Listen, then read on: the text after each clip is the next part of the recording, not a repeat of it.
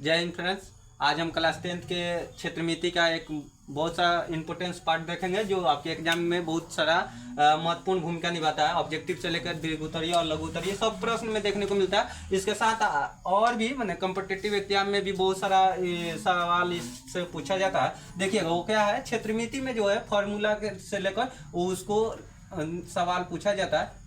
और इस क्षेत्रमिति में हम लोग देखेंगे पहला जो है आपका फॉर्मूला जो वृत्त से उठाता है। वृत्त क्या है अब समझिएगा, वृत्त से ज्यादा फॉर्मूला नहीं, मात्र दो से तीन फॉर्मूला होता है और इसी से सब सवाल उठाता है। और इसके लिए आप लोग को पूरे 5 मिनट ध्यान दीजिए, 5 मिनट में क्लियर हो जाएगा। और यह हो गया आपका वृत्त और यह हो गया उसका केंद्र, और केंद्र से यह चारों तरफ का परिधि जो होता है यही मतलब वृत्त कहलाता है। यह जो होगा आपका त्रिज्या। और इसका दो फार्मूला, मात्र दो फार्मूला क्या है, एक हो गया यह आपका वृत्त का क्षेत्रफल। जो वृत्त का क्षेत्रफल होता है वो क्या होता है, पाई आर स्क्वायर, वृत्त का क्षेत्रफल। और दूसरा परिधि, वृत्त का जो परिधि होता है वह क्या होता है 2 पाई आर, वृत्त का परिधि क्या होता है 2 पाई आर। और दूसरा फॉर्मूला देखिए अर्धवृत्त, क्या होता है अर्धवृत्त, अर्थात वृत्त को जब आधे पर से काट दिया जाता है तो उसी को अर्धवृत्त कहा जाता है। यह भी उसका त्रिज्या हुआ, यह त्रिज्या, ये पूरा हो गया इसका डी व्यास, आप लोग को पता ही होगा। हम इसमें केवल फॉर्मूला को डिस्कस करेंगे और मतलब आगे जो इसका डिटेल वीडियो होगा उसमें पूरे तरह इसका बायोडाटा देखेंगे। ध्यान दीजिएगा, यह हो गया आपका अर्धवृत्त। अर्धवृत्त का भी दो फॉर्मूला, मात्र क्या क्या, अर्धवृत्त का क्षेत्रफल। तो अर्धवृत्त का क्षेत्रफल क्या होता है 1/2 pi r square, 1/2 pi r square. क्यों? क्योंकि वृत्त का यह आधा होता है और किसी भी चीज को आधा करने के लिए उसे 2 से भागा दिया जाता है। दूसरा अर्धवृत्त का परिधि, जो परिधि होता है वह यहाँ पर 2-3 फॉर्मूला बनता है। क्या फॉर्मूला, एक होता है पाई आर प्लस 2 आर, और दूसरा इसमें देखिए, इसमें से बहुत बार एग्जाम में ऐसा भी करता है कि इसमें से आर कॉमन ले लेता है, तो आर कॉमन लेगा तो पाई प्लस 2। और दूसरा एक और फॉर्मूला बन जाएगा, देखिए लो यहाँ पर खूब ध्यान से देखिए, पाई आर प्लस 2 आर।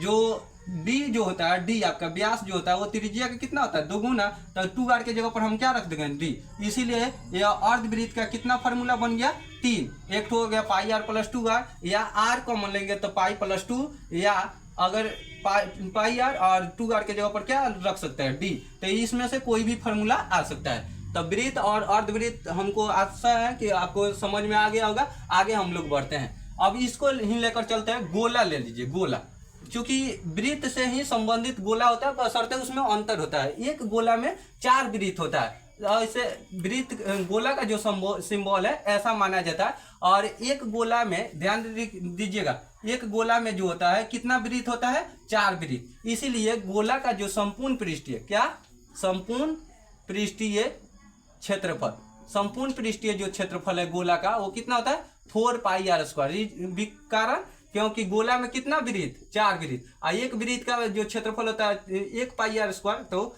4 का क्या कितना हो जाएगा 4 पाई आर स्क्वायर। और इसका दूसरा आयतन, क्या आयतन, तो इसका गोला का जो आयतन होता है वो कितना होता है 4/3 pi r cube, 4/3 pi r cube. अब ध्यान दीजिए, हड़बड़ाने वाले इसमें बात नहीं है, बहुत आसान है, 2 बार 3 बार याद कीजिएगा, बहुत आसान से याद हो जाएगा। और जैसे ही याद हो जाएगा वैसे इसमें से बहुत सारे ऑब्जेक्टिव सब्जेक्टिव और लघुत्तरीय दीर्घोत्तरीय सब सवाल बन जाएगा, केवल आपको फॉर्मूला याद होना चाहिए। देखिए अब गोला के बाद हम जस्ट आगे बढ़ते हैं अर्धगोला की ओर।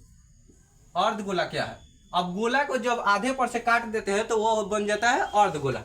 ये आपका गोला, यह जो हो गया आपका अर्धगोला। अब अर्धगोला जो हो गया आप लोग का, देखिए यहाँ पर यह हो गया आपका त्रिज्या, यह भी हो गया आपका त्रिज्या, इसको ऊंचाई भी बोल सकते हैं।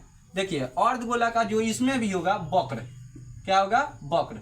यहाँ पर हम लोग अर्धगोला लिख दिया, इसलिए केवल शॉर्ट में हम लोग लिख रहे हैं वक्र पृष्ठीय, अर्धगोला का वक्र पृष्ठीय क्षेत्रफल। तो अर्धगोला का जो वक्र पृष्ठीय क्षेत्रफल, देखिए खूब ध्यान से देखिए, चूंकि गोला को हम लोग मैंने काट दिए हैं और गोला में 4 वृत्त होता है, इसीलिए 2 वृत्त खत्म हो गया तो नीचे 2 ही वृत्त बचेगा। इसीलिए अर्धगोला का जो वक्र पृष्ठीय क्षेत्रफल होगा वो कितना होगा 2 पाई आर स्क्वायर। एक बार और समझिए, ये गोला हुआ, हम बताए थे गोला में कितना वृत्त, 4 वृत्त, और गोला में जो 4 वृत्त हुआ इसी का कारण गोला का जो संपूर्ण पृष्ठीय क्षेत्रफल हुआ वो 4 पाई आर स्क्वायर हुआ। कितना हुआ, 4 पाई। अब इसमें गोला में से आधे हम काट दिए, आधे काटने का तात्पर्य यह है कि आधे को मिटका दिए, तो आधे को जैसे काटे वैसा ही आधे मिटक गया, जिसमें अब बचा कितना, दो ही वृत्त, इसीलिए 2 पाई आर स्क्वायर। और इसमें अर्धगोला का जो संपूर्ण पृष्ठीय, क्या, संपूर्ण पृष्ठीय क्षेत्रफल, तो संपूर्ण पृष्ठीय क्षेत्रफल के लिए अब देखिए वक्र में, वक्र क्या है, 2 पाई आर स्क्वायर, इसमें संपूर्ण करने के लिए जो बाकी है, तो बाकी क्या है,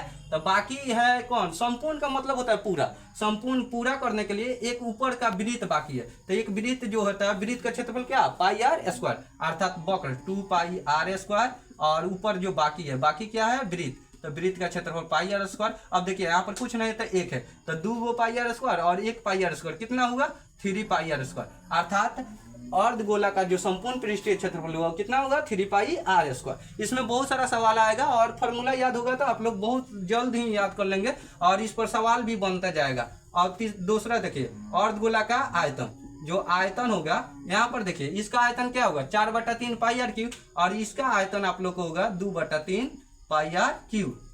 हड़बड़ाने वाली कोई बात नहीं है, आसानी से आप लोग समझिए और इसको याद कर लीजिएगा। आगे और हम लोग